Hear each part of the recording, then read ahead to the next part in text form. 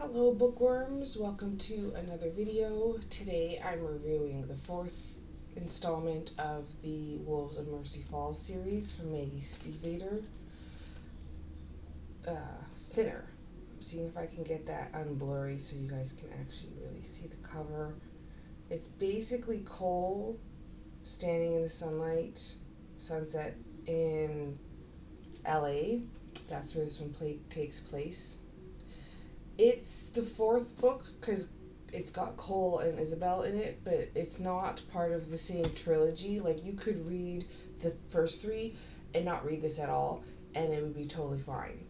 I wouldn't read it as a standalone, though, because you need to read the Wolves of Mercy Falls to get the history and the background.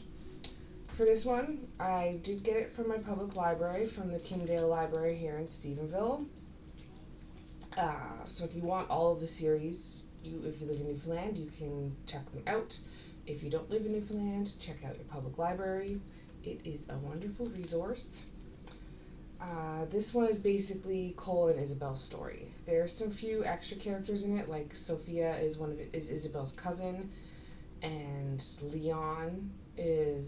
Cole meets Leon. He's one of his drivers, and he befriends him. So there's sort of little extras, but it's Cole and Isabel's story. I'll read the blurb. Found. Cole St. Clair has come to California for one reason, to get Isabel Culpepper back. She fled from his damaged, drained life, and damaged and drained it even more. He doesn't just want her, he needs her. Lost.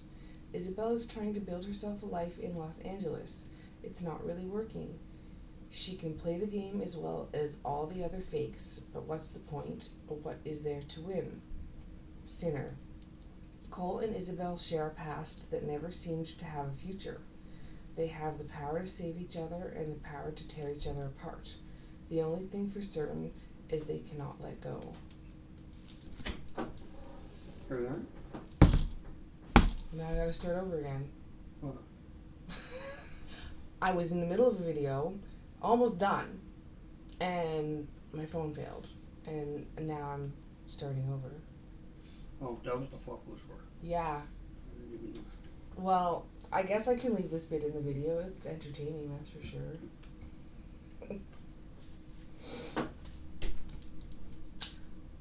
That was Mike asking me why I freaked out earlier, which is not on this video because I was already reviewing the book and my camera just failed.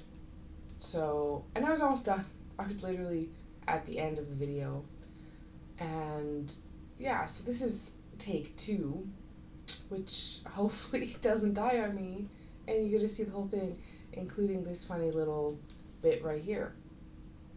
So yeah, I did enjoy this book, but like I said, you don't have to read it. If you read the first 3, you don't really need to read this one. It's only if you really are interested to know what happens with Isabel and Cole. It is their story and how they figure things out for themselves and make their relationship work. I would definitely still rate it the same as the other ones, with 11 or 12 years old and up. It is closed door romance, only like a few kissing makeout scenes. There is talk, like Cole mentions sex, but yeah, they don't get into any kind of details whatsoever. The chapters are like the other ones where it's first person from either Isabel's or Cole's point of view. It goes back and forth between the two of them. There's a few short little, like 2 pages, where it's an interview where Cole's doing a phone interview and they go back and forth between the interviewer and Cole, what they say over the phone, which is a little different. I didn't really feel any plot holes. I'm still working on trying to figure out how to see the plot holes. I'm not that person that likes to guess and figure things out in a book. I really don't. But I didn't find anything too overly crazy predictable either. There's no twist or anything. It's a very simple plot. It's yeah, it's nothing fancy, nothing over the top, nothing complicated at all. Not like the first three. Well, I wouldn't call the first three. I wouldn't call the plot necessarily overly complicated, but it is a little bit complex.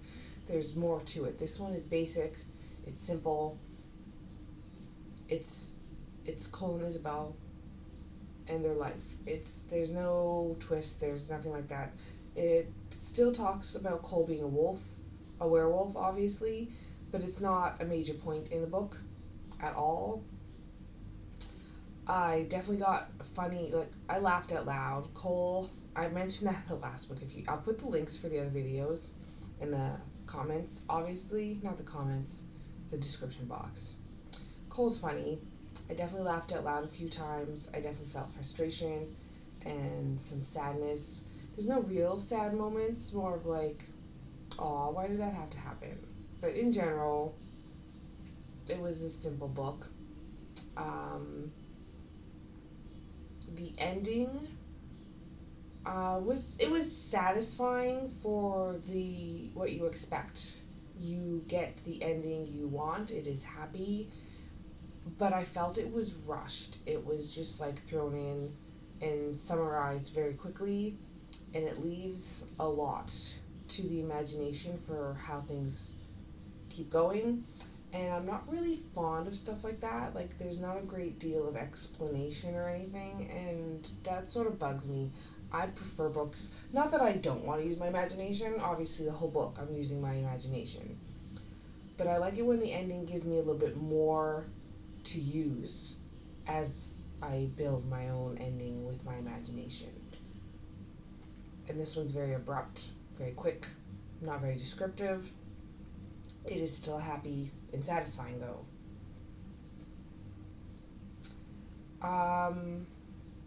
The book is mostly like an afterthought. Like, it's connected to the first ones, but it is more of a fans were like, hey, what's going on with Cole and Isabel? Like, how did their story go? So she sort of wrote this to give people Isabel and Cole's story.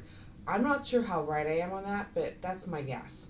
I didn't Google that or anything to look up why, because when I finished reading the third one, like, she puts in it in her notes at the end of the books that this was the last book. So I'm guessing that that's what her plan was for that one. People was like, yo, what's their story? I want to know. I did like it, and I do recommend the book. It is a good book, but if you like the first three and you don't really care about Cole and Isabel, you don't have to read it. It's not important. It's not plot driven. It's it's a basic just how they get together kind of thing for the final bit. I would rate it 3 out of 5 stars because it's just okay. It's a good book. It's good, still good writing. Her writing style is great. I like the writing style. The characters are likable and relatable. She does get in depth with the characters still, but the whole plot line is kind of flat. It's not interesting or fanciful. Nothing really stands out per se, and I really don't think I'll reread it. I would reread the Mercy Falls series again, but I don't need to add this little bit with Cole and Isabel. I know that they're happy. That's the important part. I do still recommend it if you like Maggie's writing. It is a good book. It's just an extra book, like a filler book, like take a little bit more of the story in. So yeah, that's all 4 of them. And I keep looking because I got them stacked here. If you guys are wondering, like, why does she keep doing that? I don't even have them written in order here. So let's put them. And I don't even have, they're not all the same. It's hard to pick them up and hold them. There you go, all 4. But yeah, I hope you guys all have a wonderful day and enjoy the weather. Here it is winter and snowing and cold, but it might not be when you watch this video, or you might not live where there's snow. Have a wonderful day and happy reading.